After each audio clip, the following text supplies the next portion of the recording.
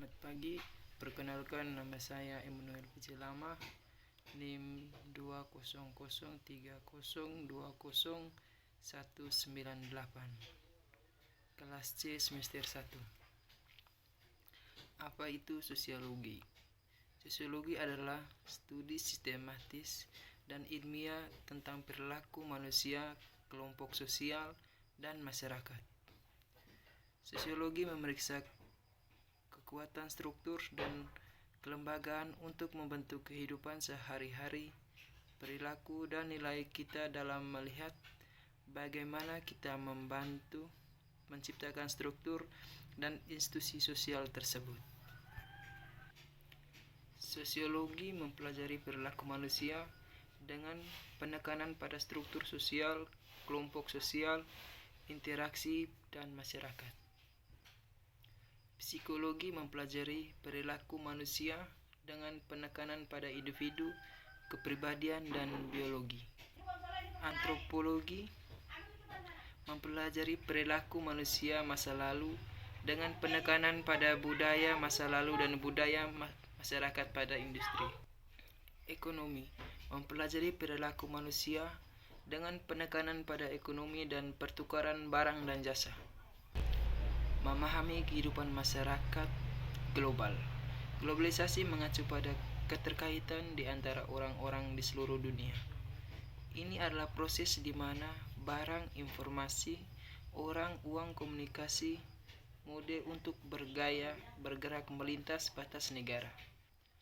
Kesadaran global juga membantu kita untuk mempertanyakan kesalahpahaman budaya dan stereotip media tentang orang-orang yang tinggal di negara budaya yang sangat berbeda dengan budaya kita.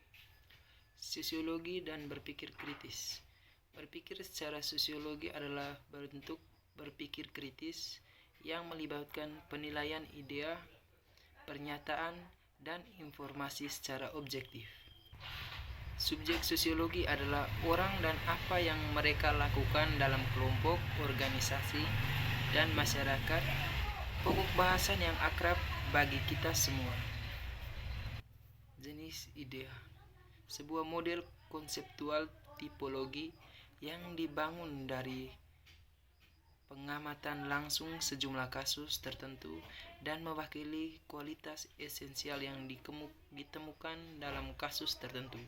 Sosiologi melintasi Atlantik. Menurut Lettice F. Ward, sering dianggap sebagai sosiologi Amerika sistematis pertama.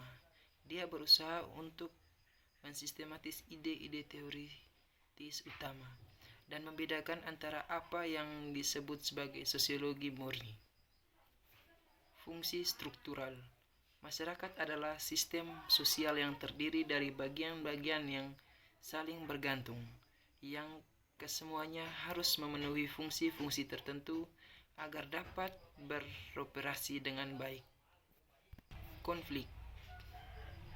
Masyarakat adalah area sosial di mana berbagai kelompok dengan nilai dan kepentingan masyarakat yang bertentangan bersaingan untuk mendapat sumber daya yang langka, terutama kekayaan, kekuasaan, dan prestasi. Sosiologi terapan menggunakan prinsip-prinsip sosiologi, cita-cita sosial, dan etis pertimbangan untuk mewujudkan masyarakat. Paradigma, seperangkat asumsi dan ide yang memandu pernyataan penelitian, metode analisis, dan interpretasi dan pengembangan teori. Pendekatan pelabelan, sudut pandang teoritis lain dalam intelektualisme simbolik yang pendekatan pelabelan yang berpendapat bahwa orang-orang melampirkan berbagai label pada perilaku individu dan kelompok tertentu untuk menjadi bagian dari identitas sosial mereka dan membentuk sikap orang lain tentang dan tanggapan terhadap mereka. Fungsi manifest dan laten. Sosiologi kontemporer yang menggunakan perspektif fungsi struktural membedakan antara dua fungsi nyata, konsekuensi yang diharapkan atau diinginkan dari institusi sosial, dan fungsi laten. konsekuensi yang tidak disengaja atau tidak diakui dari institusi sosial. Sebagai contoh, mari mempertimbangkan pendidikan yang lebih tinggi. Fungsi nyata yang dijelaskan pada pendidikan tinggi adalah untuk menyebarkan pengetahuan dan mempersiapkan siswa untuk hidup dan masyarakat industri yang kompleks. Disfungsi. Dari perspektif fungsionalis, beberapa aspek masyarakat dipandang tidak berfungsi karena mengancam mengganggu stabilitas dan kestabilan sosial. Ada 3 jenis disfungsi. Yang pertama, kebohongan terkutuk dan statistik. Yang ketiga, Benjamin Disraeli. Pengalaman. Cara umum untuk mendapatkan pengetahuan adalah melalui pengalaman yang mengandalkan pelajaran coba-coba. Salah satu penulisan teringat saat ini mewawancari seorang petani orde lama, sementara 2 putranya, mereka berusia 5 tahun, bermain dengan kura-kura kecil. Sains. Pengetahuan berdasarkan bukti empiris yang diperoleh melalui observasi langsung dan sistematis.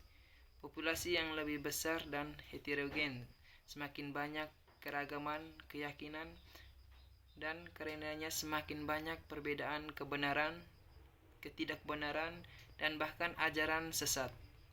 Akan tetapi keyakinan mampu melalui tradisi karena sering didukung oleh komitmen. Sosiologi dan pengetahuan ilmiah. Dalam upaya untuk menunjukkan kredibilitas ilmiah mereka, para ilmuwan sosial dan perilaku menekankan prosedur penelitian yang canggih dan teknik statistik untuk mengumpulkan, menganalisis, dan mentafsirkan data. Tujuan ilmu pengetahuan adalah untuk mendapatkan pengetahuan tentang fenomena tertentu agar dapat memprediksi dan mengontrol hasil dalam situasi tertentu yang lebih akurat. Alasan induktif adalah penggunaan observasi khusus untuk membangun pemahaman. Alasan deduktif dimulai dengan pengamatan mesin dan sampai pada kesimpulan umum. Metode ilmiah. Kebanyakan studi sosiologi mengikuti pedoman umum yang diuraikan dalam 8 langkah metode ilmiah yang memberikan kerangka sistem untuk memandu penelitian. Yang pertama, pernyataan masalah. Langkah pertama dalam penelitian sosiologi adalah membuat pernyataan penelitian. Yang kedua, review literatur. Setelah menyatakan masalah penelitian, untuk menggambarkan apa yang sudah diketahui tentang masalah tersebut. Yang ketiga, pengembangan hipotesis atau pernyataan. Berdasarkan apa yang telah diketahui tentang suatu topik, maka peneliti menggambarkan hipotesis, yaitu pernyataan proporsional tentang hubungan antara konsep atau variabel yang diteliti. Yang keempat, pilihan desain penelitian. Untuk menguji teori dan hipotesis atau untuk mencapai tujuan penelitian, sosiologi mengumpulkan data, fakta, dan informasi. Beragam metode penelitian dapat digunakan, termasuk analisis sekunder terhadap data yang tersedia, percobaan, survei, dan penelitian lapangan, seperti wawancara grafis, observasi partisipan, dan studi kasus.